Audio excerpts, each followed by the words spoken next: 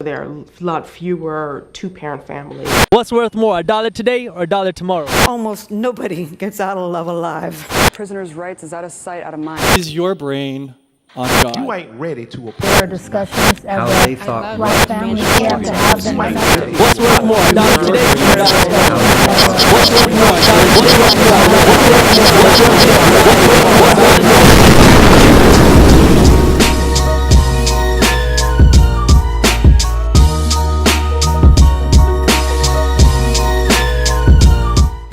Welcome, folks, to your Reality Gurus, the show where we take a commonsensical approach to issues through complex conversation. I'm your host, Big Cleve. Listen, make sure you guys check us out on YouTube, like, share, subscribe, all social media platforms, Facebook, Instagram, Twitter.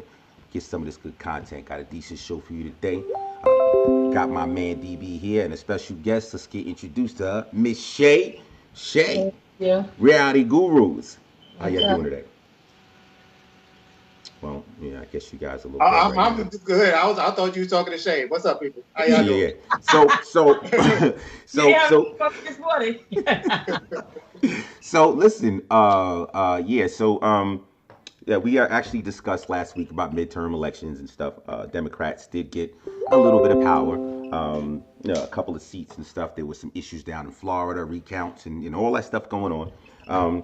But this week. They did start discussing about the prison reform, mandatory minimums, and things like that, and how that Trump is going to be a key component in getting that stuff passed through Congress. And I thought that was pretty interesting, since Democrats were responsible for a lot of the stuff going around, the mandatory minimums and things like that. So, DB, what you think about that situation, man? That Trump is going to be, they're considering him like the wild card in this situation. How you feel about that? I think it's like I said, and it's weird because we had this conversation off camera before. Mm-hmm. But I think at the end of it, man, it's less about Trump and more about a reform that people will be trying to push for the last few years. Mm-hmm. It's something that Democrats and Republicans both agree on. It's something that if you look at certain groups like Koch brothers, which is a big conservative group on the Republican side, you look at ACLU, which is big on the Democratic side. They've both been pushing for it. So this is something that's bigger than Trump. Mm-hmm. I think they just putting him in the forefront now because he's speaking about it. Got you. You know what I mean? But got you. It's been around. Got you. Okay. Well, what about you, Shay? How you feel about the situation that? I would have to say DB, because the reality of it is this has been something that's been going on, like we said, we were talking off camera about it, long before Trump got in office.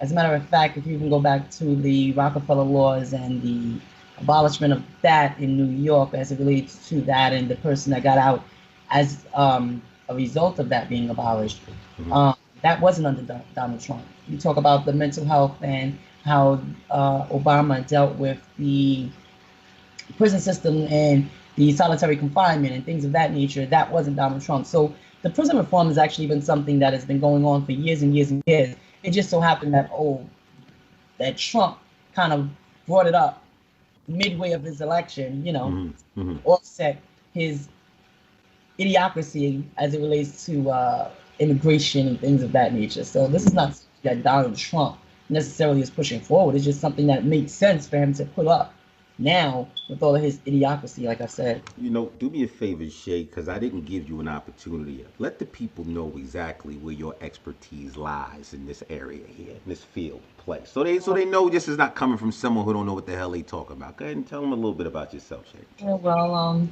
I am a counselor. I have a master's in social work, a master's in public administration. I've worked in alternative to incarceration programs. I've worked in different modalities as it relates to dealing with the prison system. Unfortunately, I was a product of the prison system at one point in my life. So, it comes from both ends of the spectrum, being a product of and actually working with individuals that actually face the challenges of. So I have a well-versed knowledge as it relates to that. And then I have an educational component to back it up. Got you. So people, just so you know, she knows what she's talking about. So, moving on a little bit more. Okay, so if we talk about, again, Trump being the wild card, feeling like he's the one that's going to make this thing move forward. I hear you guys talking about the conversations that happened before, but I want you to get into some of the things that was done under Democrats when Democrats were in office. Like I don't remember hearing that like something this large, mainstream or plastered all over the place. Listen, they're talking about. Gee, that you don't remember them talking about the juvenile justice system and Obama talking about the juveniles and how they were in solitary confinement and how the mental health issues with that and things of that nature and how he walked actually into the prison system. So you don't remember they did a whole segment about Obama actually going into the prison? Well, what I'm talking about is, talk is cheap. I want to see the policy. I want to see the change. Forget about what you're talking about. Forget about where you visiting. You know what I'm saying? That shit is a lot of times, some of these celebs and politicians, they do that on camera, for the people. You know what I mean? But at the end of the day, what are you doing? So I don't want to see Obama walk into a prison. I want to see him do something that's going to allow one of these juveniles to not have to be in solitary. Okay, so let's talk about that then. Don't talk about him visiting. Tell me what he did. Tell me what policies he did. Abolish juveniles from actually being able to be placed in solitary confinement. So they can no longer be placed in solitary confinement because at the end of the day, I mean, although, here's the thing, what a lot of people don't realize, when you're talking about the presidency and doing reforms as it relates to prison systems, they only have control over the federal systems. And a lot of people don't understand that. They do not have control over the state systems. And so therefore, because when you see these type of the mandatory minimums and all of these things, you're talking about on the federal level. You're not talking about on your local state level. So if you're talking about, okay, they're abolishing the mandatory minimum for, let's just say, someone that committed a crime in New York City, and now, wait, I thought the mandatory minimum was no longer, for federal crimes, not for local state crimes. And that's a lot of people don't seem to get the differentiation. So what it is that everybody's talking about now, this is for federal crimes. We're not talking about state situations. Is that what you're saying? Someone just said there's no sound, Uncle James. Yeah, I just saw it too. Ike Turner, there's no sound on it. There's no sound. Situation. Is that what you're saying? Someone just said there's no sound, Uncle James. Yeah, I just saw it too. Someone just said there's no sound. Well, I hear it on mine, actually. Yeah, I hear it on mine. Real quick, folks, if you guys are not hearing any sound, just toggle that little speaker on the screen. Hopefully that'll work. Well, I hear it on mine. Yeah, because that's what I do. Confirmation that we can actually hear on if you guys are not platforms. But go ahead. So moving forward, hold on one second. Yeah, okay. So moving forward, with the fact that, you said he's made some of these changes and stuff, maybe that might, put a sock in my pie hole, like I mentioned off cam, because I'm sitting here thinking that, with the fact that Obama was in office for 8 years and we didn't hear this conversation, it's kind of making me think that, with everybody feeling like Trump is supposed to be the devil or whatever, if he's going to be the key, he put it like this. Trump don't seem like he's the type of guy to do anything that anybody tells him to do. You understand? Even if if it seems like he's being coerced into it, he's being pushed, he's being forced, right? I don't even get the feeling that he's the type to do something like that under those situations. So if he does go ahead and sign off or whatever, tell me what does that make you think about him as a president? I actually don't think it changes most people's mind. If you already got an idea about Trump, it's probably going to stay the same. Because I think, and especially the way I think, is that as far as politics go, you make moves for your political career. So basically, I think this is a good move politically for him in order to say this is something that both sides agree with. This is something I'm pushing, so it makes me look better. And it also looks good in certain communities. You know what I mean? Like when we talk about the Black community, the most he could say right now is the unemployment has decreased. There's a lot to say about that as well. But, this would be something added if he wanted to add that just to Black folk or the community. But, I don't think this says anything better about him to most people. But I don't think that matters. If something good comes out of it, I think it's still good for the people. But the funny thing about it is that even when you look at it, there's a lot of people on the Democratic side, the progressive side, that said this is not good enough. So it's still a matter of steps. So this is something that people are still going to find something to talk about. But I think it's a good change overall. So you're saying that even Democrats are feeling like that, Some of them. You see, that's the thing. I wonder what are they expecting from him? What do they expect from him? I think anybody expects absolutely anything from him at this point.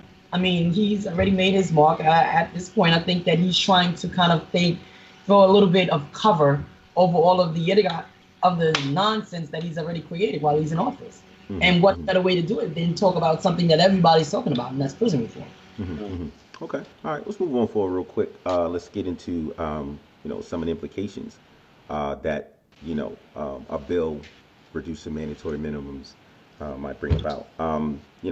What else could come from this? I know, Shay, you mentioned that you said you had a stint in prison or something. We won't get too deep into that. Really, I brought it up just to say, upon release, how was it the experience with getting reacclimated with society? For me, mm-hmm. It wasn't an easy experience, if you will. It's what you want to do with your life that makes you who you are.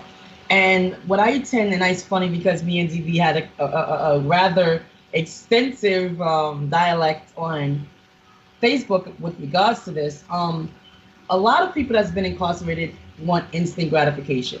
The reality of it is, when you're out there making that fast money, doing what it is that you do, getting that money, and it's coming like a mile a minute, you want it. Mm-hmm. And when you go inside, you're working for 19, 20 cents an hour, and it's like, okay, yeah, do it.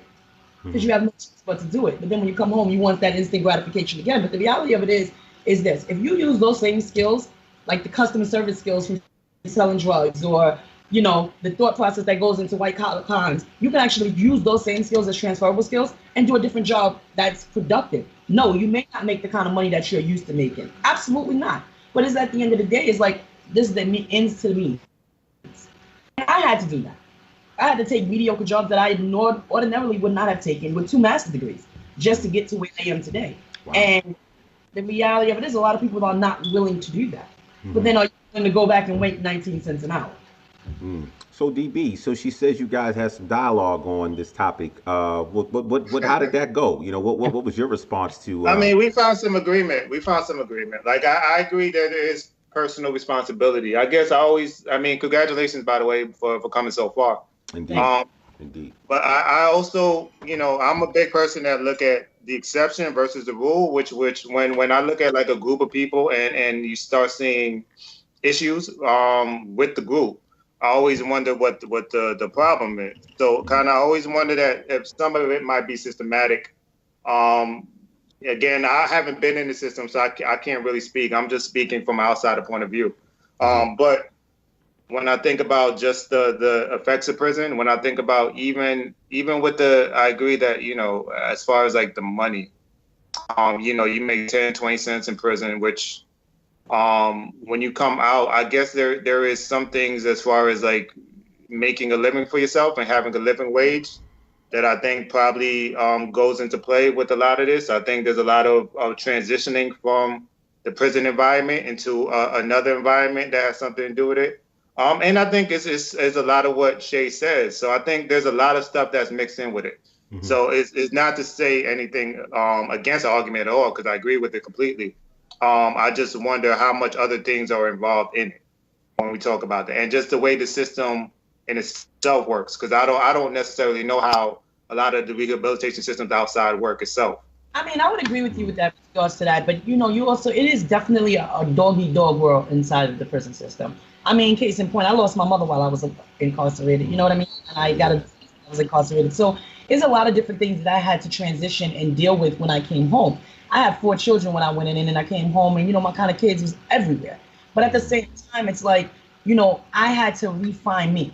So I'm not going to say that it's going to be easy. I'm not saying being in the prison system is not easy. I'm saying that also while I was in there, I learned how to do plumbing. I learned how to do construction. I learned how to put tiles. I learned how to lay sheetrock. And that's not something that's in my whirlpool, if you will, or my nest will of everything else. But at the same time, while I was in there, I was like, you know what? I own a home. Let me learn these skills so that I don't have to use someone, you understand, to do these skills when I came home. Hold up. You learn all that stuff in prison? Absolutely. Can I ask you a question? Wow. Is there a difference, like how we talked a little bit between the difference of federal and state prison? Is there a difference in like those programs, like where you learned those skills Well, in between the personally, two? I've been in a federal prison, but I have been in 2 different state prisons, in New York State and in Pennsylvania. So what I would say is this: I've learned perfect example. Let me use New York. Let me go there. Okay. Right? New York system. When you call Department of Motor Vehicles, you're actually getting an inmate. A lot of people don't know that, but you are absolutely speaking to an inmate. So watch this. Now you're speaking to an inmate. You just learned customer service skills. You just learned how to do telemarketing. You just learned all of these different skills while you were in prison system, right? But when you come home, you go back to selling drugs. Why? Because you're not actually utilize the skills that you learned while you were in prison to get a job. Granted, New York actually now have the ban the box. So therefore, you don't even have to check that you actually have a felony. And the reason why they do that is because that a lot of people weren't getting the fair chance to get their foot in the door to actually sell themselves. Hold on. Wait a minute. So how long has? I'm sorry. Go ahead. My head is exploding right now listening because Dane, you know, we talked to Tia a while back about the check in the box and all that other stuff, right? In the box, yeah. And so listening to Shay, right? I didn't know that they had all of those types of programs available in prison. Right. Like she said, sheetrock, plumbing. Wait a minute. Okay, so all right. I mean, it's modern day slavery if you think about it. No, but see, this is my thing. This is my thing. Let's be honest about it, right? Let's be honest about it.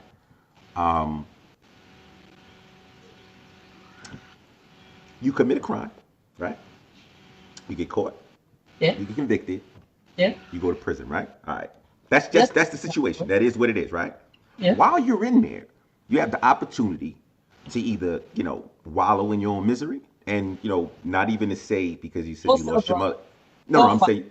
Or whatever else you chose while you're in. Well, I'm thinking more of make it productive and jump into one of these programs that I had no clue about, that are in some of these prisons.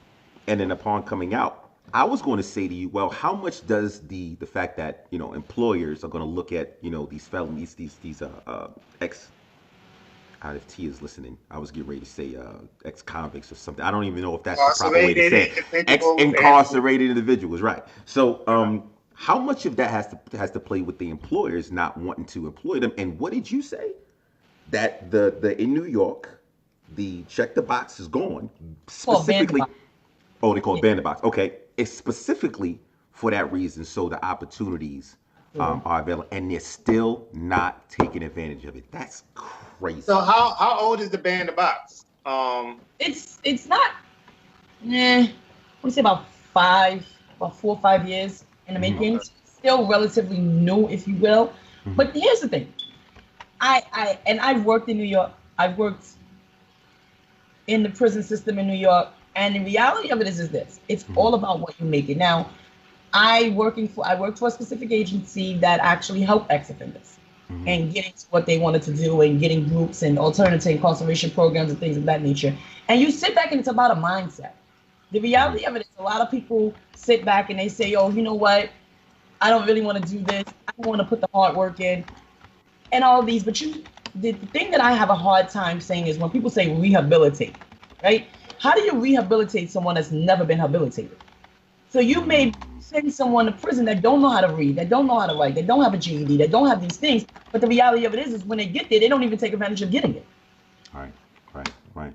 Well, see, okay, so, the other interesting part is, with the commercial janitorial and stuff. I mentioned again, Tia, you got to get yourself back on this show, man, because now I'm plugging you all over the place. But I told Tia about the idea of taking advantage of the skills that, people who are in prison, some of the skills.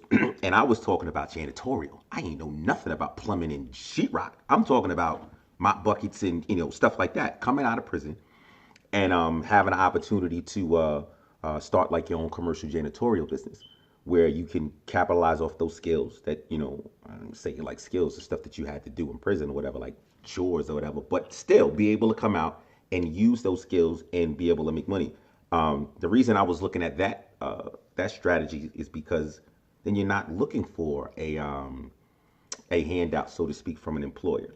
You're not looking for an employer to overlook a felony that's on your record to give you a job. Now you're going out there and you're doing this on your own. You go ahead and you be your own boss. How do you feel about the possibility of people coming out of prison and instead of trying to get into the rat race and, going to get that 9 to 5 again, trying to, I guess maybe there'll be programs where they could create their own situation. How you feel about that? You want to talk about that, JB, or should I? I mean, y'all think it's BS is BS, but I personally I don't feel it's BS. I still but she mentioned the mentality a little bit. I always kind of think there is still a transition mentally that has to be made. Mm-hmm. I think the idea is great, and hearing this more mainly because I probably did not know about the sheetrock and all that stuff as well. I didn't know that there were certain things that they were actually doing inside that could be beneficial outside as far as that. Because my whole idea was that a lot of those programs were taken away. I know there were labor there, but I know as far as the education, I don't know if that changed any. Where they still don't get a degree anymore while you're incarcerated. That is true. That in of itself is true. But again, you're talking about so as far as New York City is concerned, right? I haven't been in that prison system in quite some time, right? So let's be clear with that. But I do have family members that's actually still currently in the prison system. So I say that to say that they actually took advantage of some of those programs. And keep in mind that there's grants, even when you come home, that gives you the affordability and the opportunity to get part of that program. To get those. And that's why I was headed at, because I know sometimes some of those fields you need certain certifications and so forth. Like your OSHA and things of that nature, and not for nothing, they give you your OSHA certification while you're in it. Do they? Wow. Yeah. So people spend their money on commissary and things that are frivolous for them in prison, but yet don't spend their money on things to rehabilitate themselves. Because the reality of it is, some of them still in. Let's call a spade a spade. Some of them are still in prison doing the criminal activities that they were doing when they were home. And so therefore, how do you expect someone to come home now and become a productive member of society when some of the COs is helping them promote the criminal activities that they were doing when they were home? So it doesn't make any sense to say that, I'm going to come home and be a productive member of society when I'm able to sell drugs when I'm still in prison and make more money than someone that's making 19 cents an hour. So how do you expect them to now come home and say, hey, I'm going to go get a job making this amount of money when I was just making thousands and thousands in prison by the hands of a CEO or whoever else? So, all right. So then tell me, outside of the obvious, you obviously educated, you said you got 2 master's degrees. Tell me what, without going into your past and stuff, what stopped you from falling into that trap? I got tired of being sick and tired. Me personally, I don't do well in prison. I want no one telling me what I got to sleep. I gotta get up. I could be in the middle of my sleep. You talk about staying for count. I don't want to do it. So, and I don't have that option not to do that today. Right. And I'm not saying that my prison stench was easy. I've spent many days in solitary confinement. I spent days where I wasn't able to speak to my children. I didn't have visits at times. So I'm not saying that, I went to prison and it was like an easy cakewalk. No, that's not what I'm saying. I was met with a lot of adversities when I came home. But at the same time, I took jobs in warehouses. I've never worked in a warehouse a day in my life. But you know what?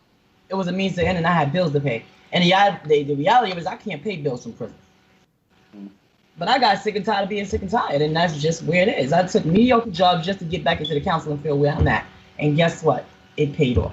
So, okay, real quick, let me go back to that same question, because now I was talking specifically about in prison, where you say that a lot of the people who go to prison continue the same type of stuff that they were doing while so I'm trying to figure out, once you got into prison, what kept you from, getting into the negativity and choosing to go to the out of the negativity? You just hear me say I was in solitary confinement. I never said I stayed out of the negativity. I said I was in the RHU. I just didn't like being in jail. You understand what I'm saying to you? Like, I got you. I got you. being able to take a shower 3 times a week, that's not cool.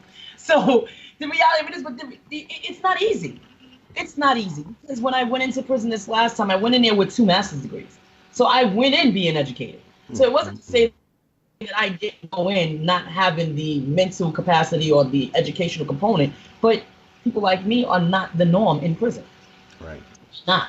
Right. And so therefore, I had to resort back to the person that I was growing up in Vanderveer in Brooklyn, back to that lady, and bring her back out because I thought she was well put on the shelf somewhere, but prison to do that to you. But then when I came home, my reality had to be what it is. I have kids to feed. I got a house to feed. I got a house to maintain. I can't continue to be who I was in there. It's about being a chameleon and adapting to your environment. And the reality of it is you're going to do that no matter where you are. Let me ask you a question. I know I've heard before how come post prison, certain programs available for females and males, right? Well, let's just say post incarceration programs, right? The argument or what I've heard is that a lot of these programs, the ones that are available, a lot of them are geared to like males, as opposed to like females. You want to kind of talk a little bit about your experience with that, if you have an experience? We'll keep Like, in was mind. there any challenges you felt like, if you was a male coming out of prison, you'd have had, your situation would have been a little bit easier? Is there something, that you went through like that? I don't want to say easier. I don't want to say worse. I want to say that the women population in prison is very much overlooked.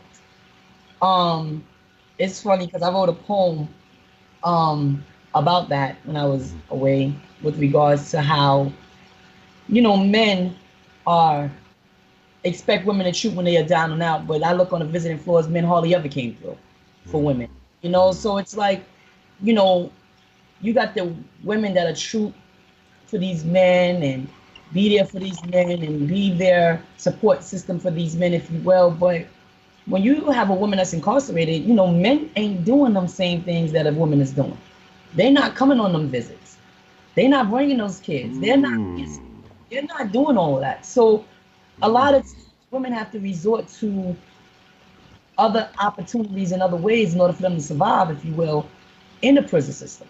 They still got their mothers on the visits, their fathers on the visits, their sisters, their children, but you don't really see no significant others on visits. Wow. So they don't have that same support system, that you will, that a man would. And because it's the stereotype. Women are the breadwinners, men are the breadwinners. Men are expected to go out and do whatever it is that they need to do to make ends meet for their family. Like, there's some women that's out there that's going to do the same goddamn thing. But the unfortunate part is a lot of women is in prison because of a man. Whoa. Whoa. You want to elaborate a little bit on that? If you think about a lot of the crimes that women are incarcerated for, and you really think about it, a man is somewhere in that. Whether it be they was moving drugs for their man, whether it be they killed their man because they was getting beat by their man, whether it be their man put them in a situation where, they ended up having to commit a crime to take care of their families. There's somewhere, somehow, a man involved in a crime with a woman. All right, listen. A passion, a crime, or whatever. Hold on for a minute, because we can. I don't want to take the energy away from what you're saying, because I'm gonna allow you to speak, but I want to be fair. It's only hard because I want to be right. I gotta be fair. Right. I don't care. I gotta be fair. The saying is there's a lot of men in prison and in graveyards because of okay. So I just want to women you ever want to meet. I'll be the first to tell you that. Yeah, we are some of the most conniving individuals and how you call it, catty people you ever want to meet. Absolutely. Okay, so I just want people to understand. And now we're getting the flip. Now we're hearing about how. But that's not what we talk about prison before, right? How we get over this problem? Yeah. Listen, conversation goes. Listen, this is reality here, man. Conversation go where it goes. We don't put no leashes. We don't restrain none of this stuff. It moves how it moves. So DB, men being responsible But how do you feel about that? Yeah, that was profound. I mean, my head is exploding right now. I don't even know how to jump on that. I mean, I can't because I haven't been a man in prison, Right. so I can't even back up that. But I'm trying to think of cases where it might be just women. Hard to think, huh? It is. Yeah, I mean, like that's something I would have to ponder a little bit. But yeah, that's hard for me to jump on. But one of the things I am interested in, though, just to jump off of that because I can't really think of nothing, so I'm trying to find a way out. Is that like I think about? Okay, so you talk about women. How many women when you were in prison were actually pregnant, and how does that work when you're in that system? They actually have a whole house. All right, so in New York, I'm gonna use New York versus Pennsylvania because Pennsylvania does things a whole lot differently than New York State prison. In New York, they actually have a whole building of mothers and babies, where the children for the first 2 years are actually living with their mother in prison. And they have a pregnancy program and things of that nature, and whereas in Pennsylvania, you get pregnant the minute you have your baby, you stay with your baby for 3 days, and then if your family don't come pick up your baby, the system will come pick up your baby, or you can send them to the Amish people. You know what I mean? So they kind of cater more to mothers and babies, if you will, down in New York State prisons versus they will in Pennsylvania. But there's a lot of women that goes in pregnant, or some of them get pregnant while they're in prison. Which is crazy. That is absolutely So insane. what happens to after the woman gets out of prison? Are they able to reconnect easily with their child? It depends. It depends on how long they was in the prison system. It depends on if their kids were taken from them before they went to the prison system. Some of them lose custody of their kids. Some of them kids go up for adoption. I mean, some of them never see their kids again. And that's not by choice. We're talking about this is not by choice here. Some of it is by choice, some of it isn't. Think about it. My kids was in the system when I first went in. I was lucky enough and thankful enough to be able to have my mom that took my kids when I went to, the prison system when I was in New York. And unfortunately, when I went to the prison system when I was in Pennsylvania, I knew I was going in. So I went in sentenced. So I already had a plan for my children. But what happens if I didn't? What happens if I would have got arrested, right? My kids was in school. Let's just use that as an example. My kids is in school. I get arrested. I get a bail. I can't come home. Now I'm forced to try to make arrangements for my children outside or while I'm inside. And 9 times out of 10, most men, not saying all men, let me be careful what I'm saying, about to say real quick. A lot of men don't have their children because the women have them, right? And so therefore, what man really is going to go now let me go take these 4 children and tend to them and deal with them the way they're supposed to be dealt with and nurture them and love them the way they should be loved, even if it ain't their children. Well, listen, man, you're kind of touching me like right here, man. I'm getting like goosebumps, just listening to some of the stuff you say. Because Shay, honestly, man, this is not stuff that I hear. This is the female's perspective on experiences in prison, post-prison, experiences with, what it is that you would do in the event that you're in prison and you don't have anybody to take care of your children. This is stuff that, I don't hear enough. It's a real interesting conversation. And, I appreciate the fact that you're here discussing that, man, and you're free with it, man. Continue. I'm sorry. Continue. I actually have a question. So now that you're on the outside of it, and now that you're dealing with certain programs that are still involved with involved with helping people that come out, do you still see that division? Because some of that you're speaking of now, division between the men and the women, is that still evident in the work that you do? Like, all right, so basically you do a lot of counseling. I'm trying to do it without exposing too much, but you do counseling. I don't know if your counseling is specifically geared towards men or women, or if it goes straight down the line. It goes straight down the line. I've actually, go ahead.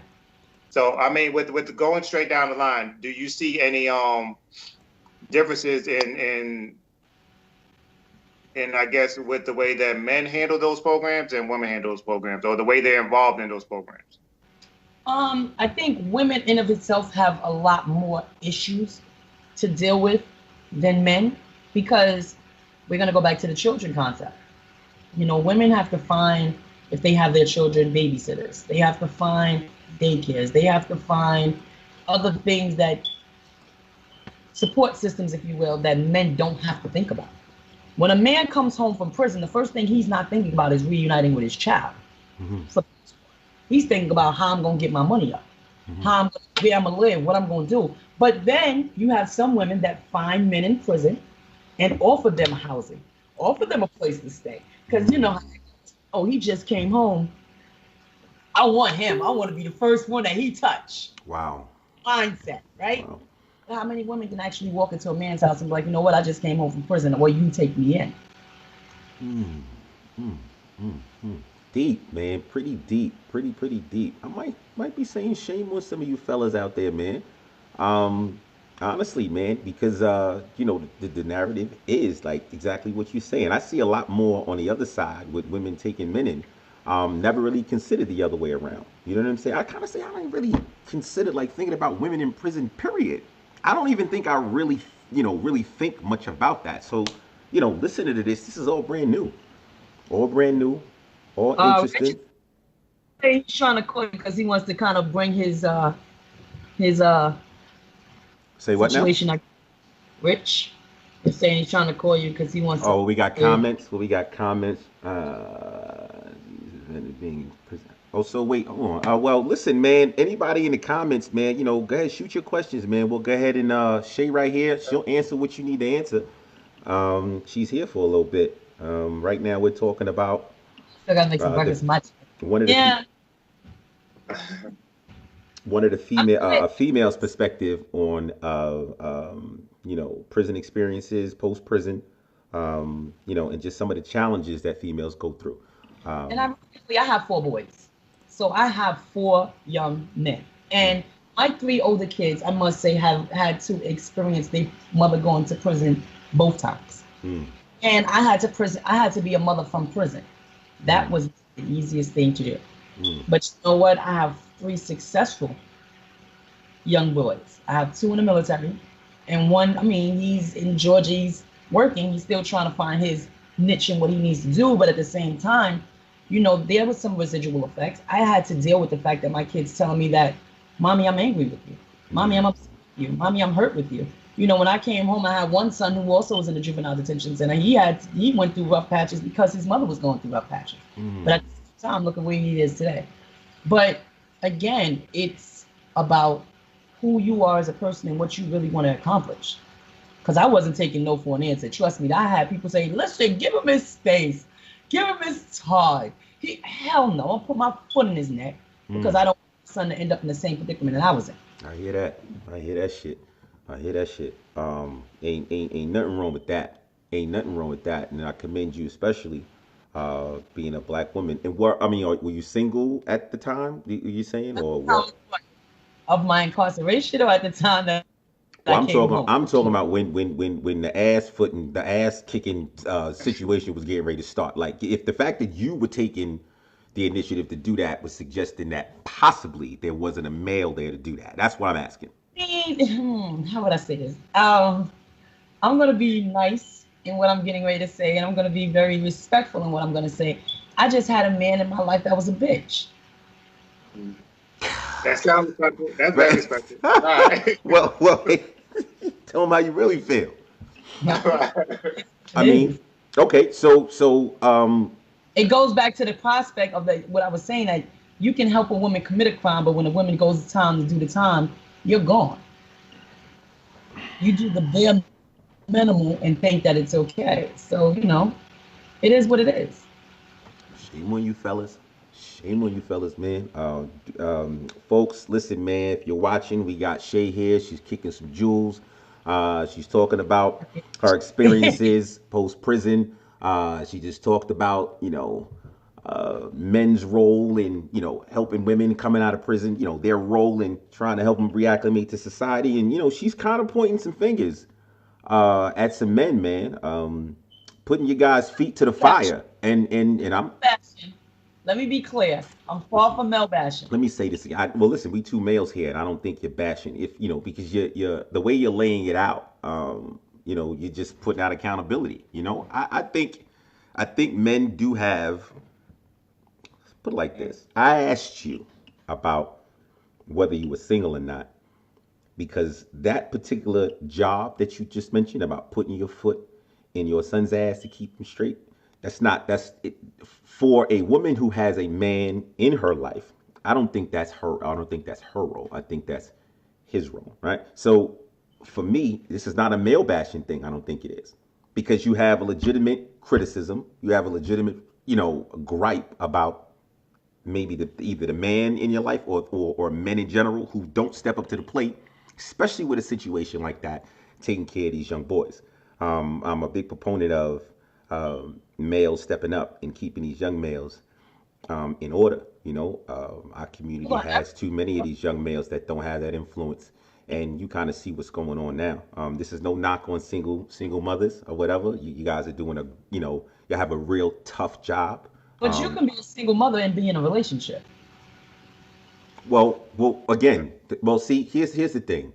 This is where I differ. This is where my thought process is. If I'm in your life, right? Mm-hmm. Let me go as far as to say I'm sleeping with you, because that's the part that if I'm sleeping with a woman, spending the night at her house, meeting her children and stuff like that, right? And we're building something, even if we're not, necessarily married or anything like that. I'm gonna make it my business to take that position. Now I'm married. This is me speaking, if I wasn't married or whatever. Yeah, Eric, I'll get to it in a minute. I mean, this is me speaking, if I wasn't married. My thought process is it doesn't matter. I can't see a young male acting wild, reckless, and not say something about it, especially if he's that close to me. You understand? He is the son of the woman that I'm dealing with. I can't sit back and not make a comment on that, not say anything, and especially if it looks like you need help. Why in the world would I sit back and allow you to go through all that stress when I could just tell you, baby, take it easy, step back for a minute, I'll take care of it. I think that's just what the role is. So again, this is not male bashing. Don't say it again. You ain't male bashing. You holding men accountable. Put their feet to the fucking fire, because I do the same thing. It's just, glad to see it coming from a female who's, willing to talk about it and has had the experiences that you've had. Now, you want to go to, somebody has a question for you? No, you just kind of made a statement with regards to the, actually, Eric stated, what do I think about maybe taking 10 to 15% out of commissary for people's sentences to a year or more, so that they can have money when they get out? I think that's a very good idea personally, because people spend I spent thousands on commissary. Let me be very clear with that. I spent thousands on commissary, and it had nothing to do with anything, but then it goes about survival. I also had a store when I was in prison, 2-for-1s. You know what I mean? So at the end of the day, I think that's a very good idea, Eric, that people need to take that money so that they have some money when they get home, so that they can have a nest egg in their pocket when they get home. But I think that's a very good idea. But to what you were saying about when a man is sleeping with a woman, right? I'm going to defer to, a lot of people don't listen to some lyrics in certain songs. If you think about Lyfe Jennings in that song, She Got Kids, right?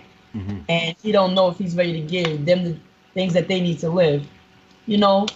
Some men going, yeah, I'm going to get some sexual gratification. I'm going to say this very nicely and politically correct, because I don't know who's listening.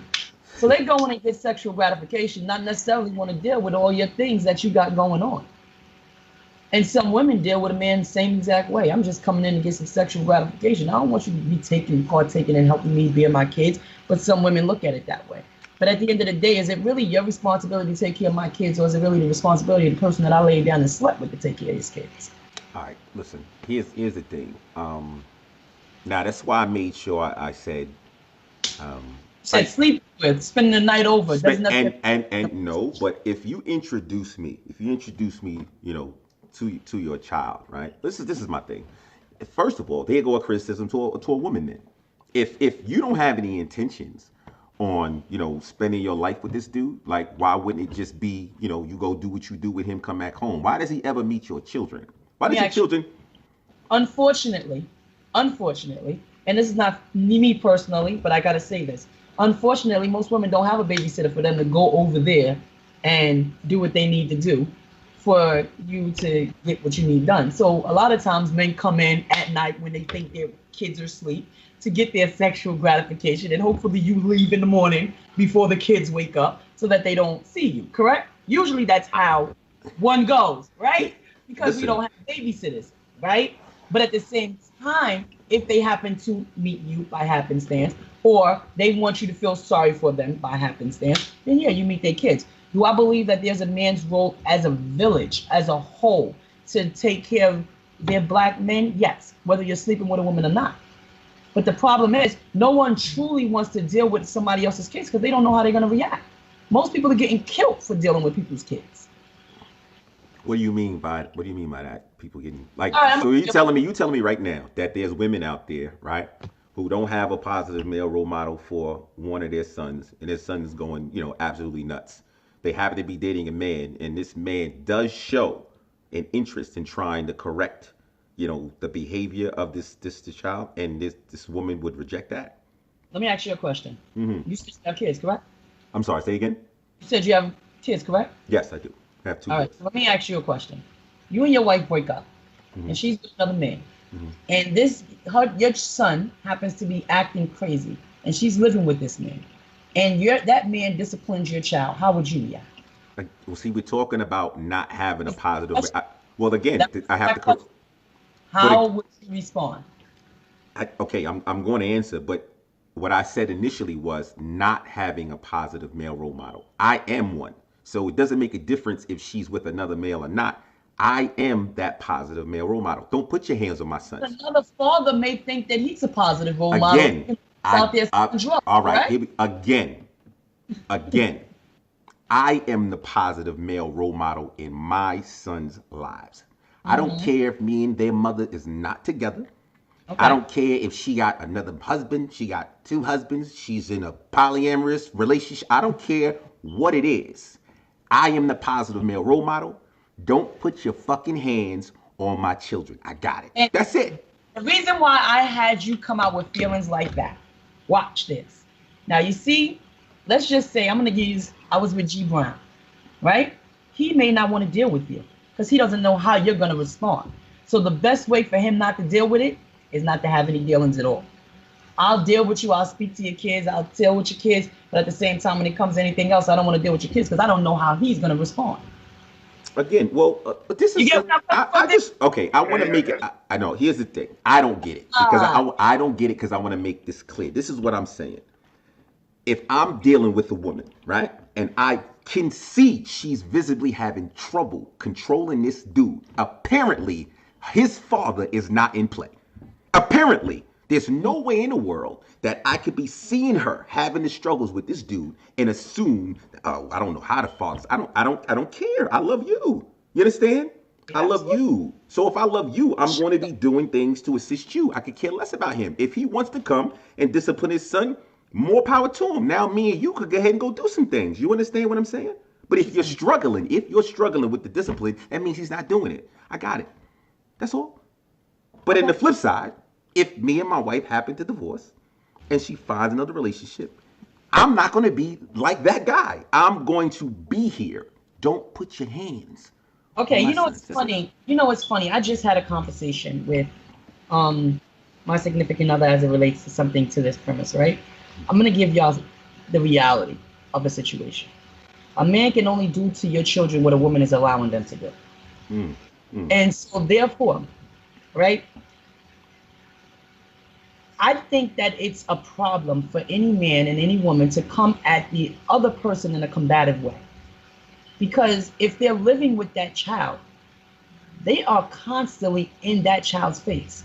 So would you want someone resenting you and possibly taking it out on your child, or would you want a healthy relationship with the person that's in that home to have a better, to foster your child to be a better person? And that's hard for men to do because of their bravado, their territorial thing, their whole premise.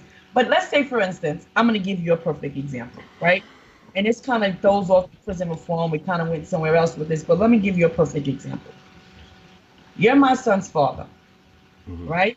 But now I'm with someone else. And your dynamic is, don't touch my child. I'm his father. Don't say nothing to my child. When it comes to discipline, I'm the person that deals with that, right? But I'm in a household with this man. I'm saying, listen, if he gets out of hand, you have every right to say something to him. I would hope you wouldn't say that. I would hope you wouldn't give I think permission. a lot of this conversation depends on if the father is active in the child's life. I think if the father is active in the child's life, then that other person could be a helping role in it. But I still think that the father is there, and the father should still have that position as a father. I do agree with that. And again, and I'm only talking about the discipline part. It part. also depends on if you have a bitter baby mama. Keep That's that. true. Yeah, that's true. Keep that in mind. I mean, because the truth of the matter is, you can be the most active father in the world, but if you have a bitter baby mama that's giving you the reins on how you can and cannot see your child, the court system's damn sure ain't helping you, because men don't get the proper due just that they should in the court systems as a kid. What experience? Listen, what I don't have that experience, but what experience are you talking about? I don't know. I don't know of any man, right, who really wants to be in their child's life, not being able to go into court and get their, joint custody. Like, why wouldn't you be able to get joint custody? Why not? And I'm going to use New York State as a. One would think that when you have a child and you sign paternity papers, that you automatically have joint custody of your child, right? Right. Yes. No, that's not how that works. You as men actually have no rights to your children unless it's actually written in court. Wait. And I don't have that experience either, but I've actually heard that from a few people personally. Like they want to be in their child's life, try to be in their child's life, and the mother keeps them away from the child's life. I think you have to prove the mom unfit. Exactly. Listen. Stop. All right? Stop. I understand that initially a woman can be a thorn in a man's ass. I'm just saying there are ways that you can move forward to kind of rectify that. You can't tell me.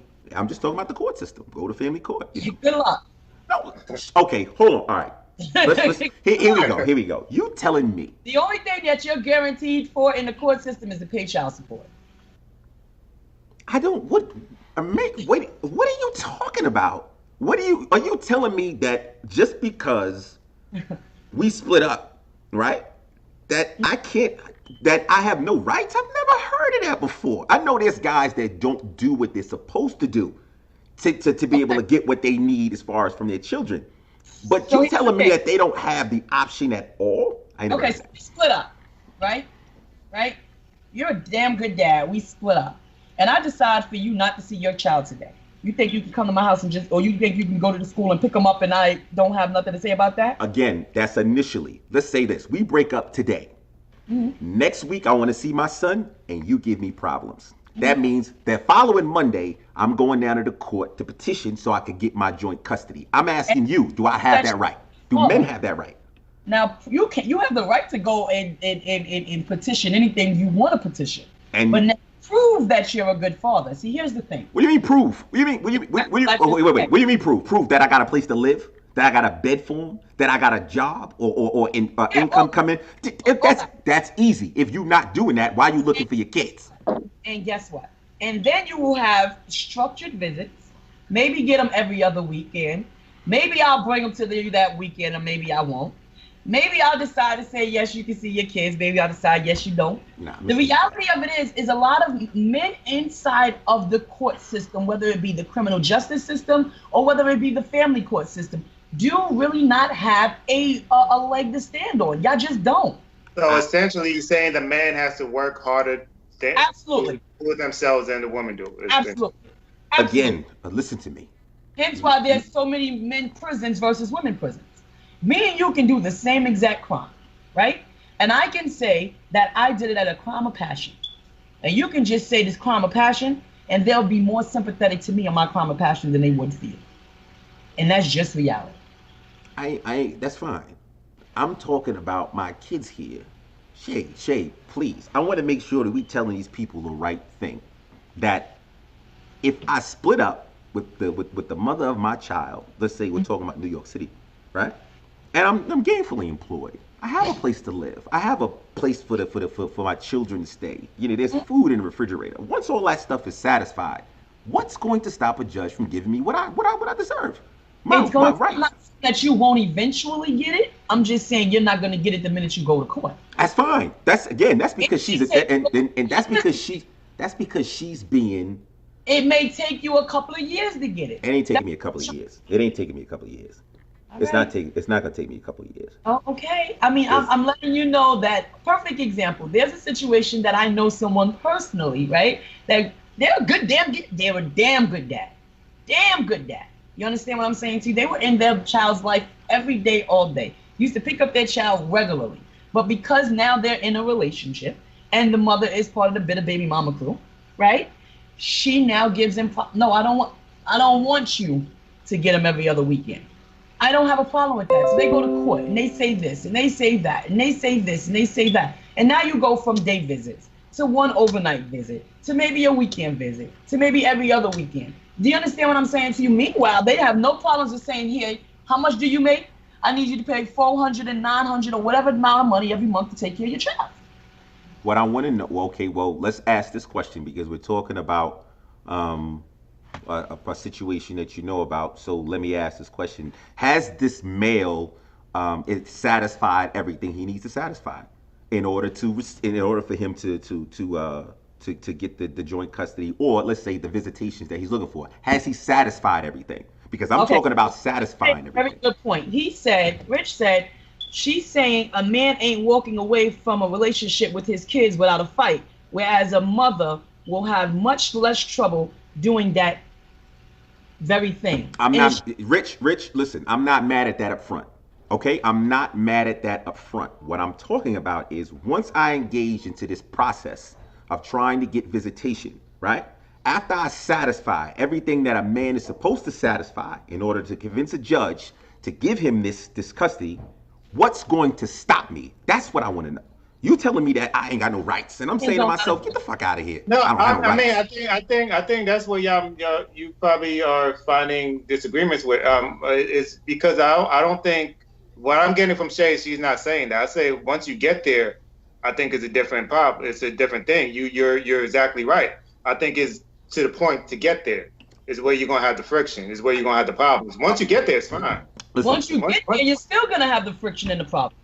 Because the court system is not designed for men. So here's the thing, right? Well, he's talking about rights. So like once you start getting joint custody rights, is she able to take it away that easily? But then you gotta first get visitations before you can get joint custody. Fine, but the example you brought up, Shay, hold on. The example you brought up, Shay, stated, you know, that this individual that you're talking about is having troubles. My question to you was, has he satisfied everything? Because if he's having troubles and so he has a place for the child to live. Absolutely. He's gainfully employed. Absolutely. Food, right? Okay. Now has he done it? Now what else? Are we missing anything? Meaning what was the circumstances surrounding the breakup? This is just me. It doesn't matter what the circumstances was. It does matter. Let me finish my point. It should not matter what the circumstances was behind the relationship breakup. Let me give you me perfect example. I don't care what our circumstances is behind the breakup. I have two requirements. I want to know where you are and I want to know who's around my child. Period. Same way I feel a man has the same exact right to know where their child is and who's around their child. I don't care if you're in a relationship. What you and I experience as a partner has absolutely nothing to do with us as being parents. Those are two totally separate entities. The problem is a lot of people can't separate the two. And so therefore what happened in the relationship, they continue to use it towards the kids not because they have to, but simply because as women, we can. I don't think that a man should be on child support if he's financially taking care of his children. But you know why women do it? Because they can. The truth of the matter is, it's not they doing it because they need the money. If you're taking care of your child, why do we as women and I know a lot of women is gonna hate me for saying this. Why don't we as women go to court and get child support? Simply because we can. Well, Simply okay. because we Here's the can. thing. We are running like close to the time, and I want to make sure that I get this particular point. And I said that it does matter, in my opinion, the circumstances surrounding. Because what if this male was violent to the children? Now, in that case, You know, horse of a different color now. no, we're not. No, listen to what I'm saying, Shay. You're telling me about a guy that's struggling to get custody of his children, and he's a great dad, right? And I'm telling you, in that situation, it doesn't make sense. I don't know of anyone who's a great dad, satisfying everything he needs to satisfy, has no bullshit with him, and can't get custody of his kids. I don't know anyone. Or because the baby mother put a order of protection against him. But what is the order of protection? There you go. There you go. What does the order of protection against her and their situation with her have to do with the child? The and fact, that's no, thing listen. that they intertwine the two. Listen to me. I didn't listen. You I- cannot. You listen. cannot li- be what I'm intertwined. listen. What I'm saying. Listen. What I'm saying. I'm saying to you, the fact that now that you brought that up, the order of protection gives. Against the Listen. mother. What I'm saying gives this female another talking point. What does that have to do with the listen, child? You're not listening to me. I'm saying it's just giving her another talking point to extend the process. You told me it may take you years, right? And I said if a guy comes satisfied with everything, it should not take him years. You throw a situation where I got an order of protection, that may extend it because now they got to sift through the I bullshit. can go to court right now and get an order of protection in New York State, whether you put your hands on me or not. A Do you know I do permanent not one? need- A permanent one? A It doesn't permanent? matter. It doesn't. Here's my point. It doesn't matter. And this is where I think that a lot of men need to get out of this mindset. Unfortunately, you guys don't seem to understand it, right? Women can play victims very, very, very, very well, right? So if we go into the court system right now, I go to family court, right? And I say, I want to get an order of protection against this guy because he's stalking me, right? Immediately, they're going to give me an order of protection. Now you have to come into court and prove that you're not stalking me. Why should I be deemed or be given an order of protection simply on my word? Listen, I don't agree with that either, but that's not what my argument is. I All right, understand this. yeah. Because we're gonna revolve around this, and we said we ain't gonna do this because I feel both of y'all have good points. I'm not gonna lie, I kind of lean a little bit more with Shay only because even though I haven't had problems as far as with a woman involved in that way, I have had custody issues with my own child in ACS, and I know that it is biased against a man, at least in my case. But at the same time, I don't know if this is something that we're going to wreck away. I think y'all both made y'all points. Absolutely. Later. Thank you. Yeah, I mean. So if we can move on a little bit. You know what I mean? Keep it well, going. I tell you what. Let's go ahead and do this, man, because we've been going for a little while. Let's go ahead and just say this, Shay. You're gonna have to bring your ass back up here because we're gonna have to go for round 2. There's no way in the world that I'm gonna let you off the hook with this one. DB, listen, man. This was a great conversation. Viewers, man, commenters, I do appreciate you guys taking your time to go ahead and listen to the show. Again, listen, check out our YouTube page, like, share, subscribe, comment, put this stuff out there so some more people could go ahead and enjoy this stuff. Thanks to Shay. Again, I'm gonna get your ass here again because no way you're gonna chew me out on our own show. It's not happening. My man DB, Reality Gurus, folks. Take care.